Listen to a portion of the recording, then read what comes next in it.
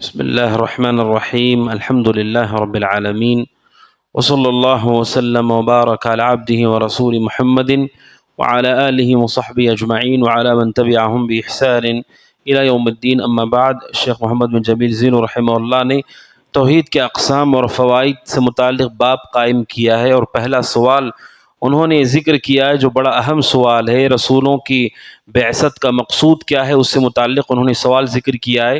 آپ میں سب جانتے ہیں، ایمان رکھتے ہیں کہ اللہ تعالیٰ نے بہت سارے انبیاء اور رسولوں کو اس زمین پر بھیجا ہے. ہم نے ان میں سے کسی کو نہیں دیکھا، حتیٰ کہ ہم نے اپنے نبی کو بھی نہیں دیکھا علیہ الصلاۃ والسلام، لیکن ہم ایمان سب پر رکھتے ہیں، اور ہماری شریعت کی تفصیل ہم تک پہنچی. ہمارے دین میں کیا کیا چیزیں، عقیدہ ہے، احکام، ہم سب جانتے ہیں.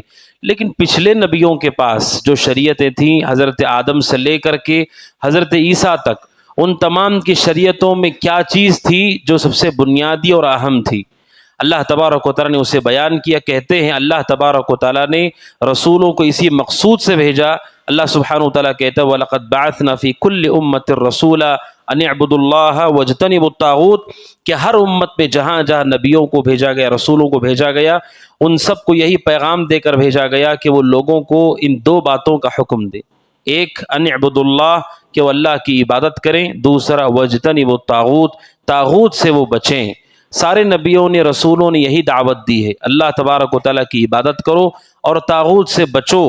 طاغوت کسے کہتے ہیں؟ طاغوت کہتے ہیں اس کو جو لوگوں کو حکم دیتا ہے میری عبادت کرو اور لوگ اس کی عبادت کرتے ہیں، یا دوسروں کو مجبور کرتا ہے میری عبادت کرو اور لوگ اس کی عبادت کرتے ہیں. یعنی جس کی عبادت کی جاتی ہے اور اس سے راضی ہوتا ہے، خوش ہوتا ہے، وہ طاغوت ہے. طاغوت کا انکار کرو. کسی کی عبادت اللہ تبارک و تعالیٰ کے علاوہ نہیں ہو سکتی.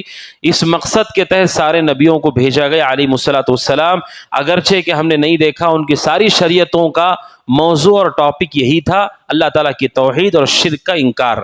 اور رسول اکرم صلی اللہ علیہ وسلم نے اپنے متعلق اور سارے نبیوں کے بارے میں کہا، صحیح بخاری مسلم کی حدیث ہے، آپ نے کہا الانبیاء اخوۃ من علات. آپ نے کہا کہ انبیاء بھائی بھائی ہوتے. کون سے بھائی ہوتے ہیں؟ والد شریک بھائی ہوتے. کیا مطلب ہے؟ بھائی ہوتا ہے، ایک تو سگا بھائی ہوتا ہے، ایک ماں شریک بھائی ہوتا ہے، اور باپ شریک بھائی ہوتا ہے. باپ شریک بھائی کا مطلب یہ ہے کہ والد ایک ہے لیکن مائیں مختلف ہیں. کسی شخص نے کئی شادیاں کی اور ان سے جو اولاد ہوئی ہے، اگرچہ کہ مائیں ان کی الگ الگ ہیں لیکن والد ایک ہے، انہیں اخوہ من علات کہتے ہیں. آپ نے کہا سارے انبیاء باپ شریک بھائی ہیں، اس طرح سے ان کی مثال ہے. آپ نے کہا امہاتہم شتیٰ، سب کی مائیں الگ الگ ہیں. کیا مطلب ہے؟ سب کے یہاں احکام الگ الگ ہیں، شریعت کے طریقے، طور طریقے الگ الگ ہیں، لیکن اصل چیز ان کے یہاں ایک ہے، وہ دینہم واحد. اللہ کے نبی نے کہا جہاں تک اعتقاد اور عقیدے کی بات ہے، سارے نبیوں کے یہاں ایک ہی پایا جاتا ہے. سارے نبیوں کے یہاں ایک ہی عقیدہ پایا جاتا ہے، توحید کا عقیدہ اور شرک کا انکار. اور باقی جو احکام ہیں، آپ نے کہا جیسے مائیں مختلف ہوتی ہیں لیکن والد ایک ہوتے ہیں، اسی طرح آپ نے کہا کہ ہم انبیاء کے درمیان ایسا ہوتا ہے، عقیدے میں تو ایک ہے لیکن احکام کی وہاں جہاں تک بات ہے، وہ فرق شریعتوں کے مطابق الگ الگ ہو سکتا ہے اور ہے. بعض احکامات ان کے یہاں پائے جاتے ہیں، ہمارے یہاں نہیں پائے جاتے. جیسے مثال کے طور پر ہمارے لیے پوری زمین مسجد ہے، جہاں بھی وقت ہو گیا آدمی میسر اس کے لیے جو جگہ وہیں پر نماز وہ پڑھ سکتا ہے. پچھلی شریعتوں میں ایسا نہیں تھا، ان کے نماز کے لیے، عبادت کے لیے یہ طریقہ نہیں تھا. لیکن ہمارے لیے اللہ تبارک و تعالیٰ نے پوری زمین کو مسجد بنایا.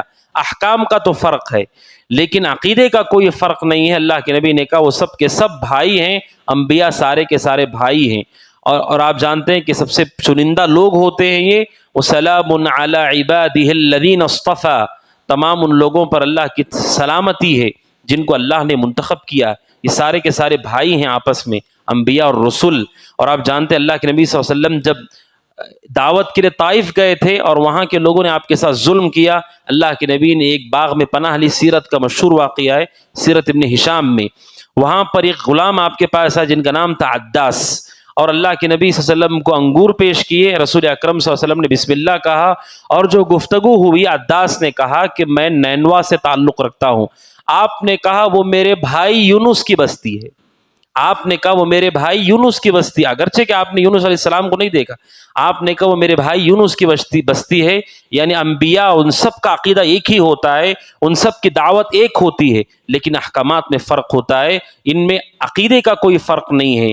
اسی لیے صحیح مسلم کی حدیث ہے، رسول اکرم صلی اللہ علیہ وسلم نے فرمایا، صحیح مسلم میں ابو ہریرہ رضی اللہ عنہ کی روایت ہے، معراج کا جو سفر تھا، رسول اکرم صلی اللہ علیہ وسلم جب بیت المقدس کو پہنچے، مسجد اقصیٰ کو، آپ نے کہا جب نماز کا موقع آیا، اللہ کے نبی علیہ الصلوۃ والسلام کو حضرت جبریل نے آگے کیا، رسول اکرم صلی اللہ علیہ وسلم نے امامت کرائی، اور آپ کے پیچھے سارے نبیوں نے نماز پڑھی، سارے نبیوں نے نماز پڑھی. یہ کیا بتاتا ہے؟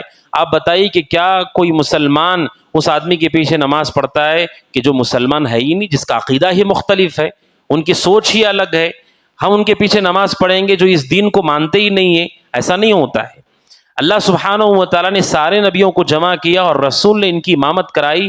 یعنی آدم علیہ السلام سے لے کر جتنے نبیوں کو رسولوں کو بھیجا گیا ہے، سب نے ہمارے نبی کو امام تسلیم کر کے آپ کے پیچھے نماز پڑھی ہے. اس کا مطلب ہے کہ ان سب کا دین ایک ہی ہے، ان سب کا دین ایک ہی ہے، ان سب کا عقیدہ ایک ہی ہے. رسول نے ان سب کو نماز پڑھائی، اس میں سارے انبیاء اور رسول موجود تھے. رسول اکرم صلی اللہ علیہ وسلم نے فرمایا، حضرت جبریل نے مجھے آگے کیا تو میں نے ان کی امامت کرائی. صحیح مسلم کی حدیث ہے. یہ بتاتا ہے کہ انبیاء یہ سارے کے سارے بھائی ہیں، آپس میں ان کا دین ایک ہی ہے.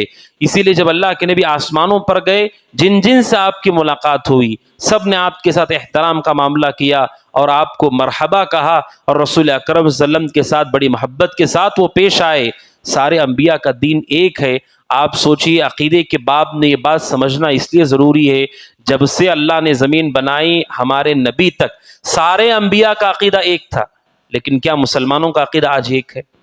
اب سوچئے، اتنے سارے انبیاء رسول جن کو ہم نے دیکھا نہیں، نہ جانے کن کن بستیوں سے وہ لوگ تھے، کہاں کہاں وہ رہتے تھے ہم جانتے نہیں ہیں، لیکن سب نے توحید کی دعوت دی، شرک کا انکار کیا.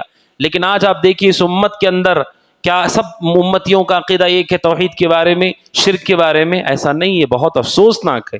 عقیدے کے مسائل میں جب یہ بتایا جاتا ہے کہ سارے رسولوں کا عقیدہ ایک تھا، تو اس سے ایک فائدہ تو یہ معلوم ہوتا ہے کہ نبیوں کے بارے میں ہم ایمان رکھتے ہیں کہ سارے انبیاء ان کا عقیدہ توحید کا تھا، شرک کی نفی تھی.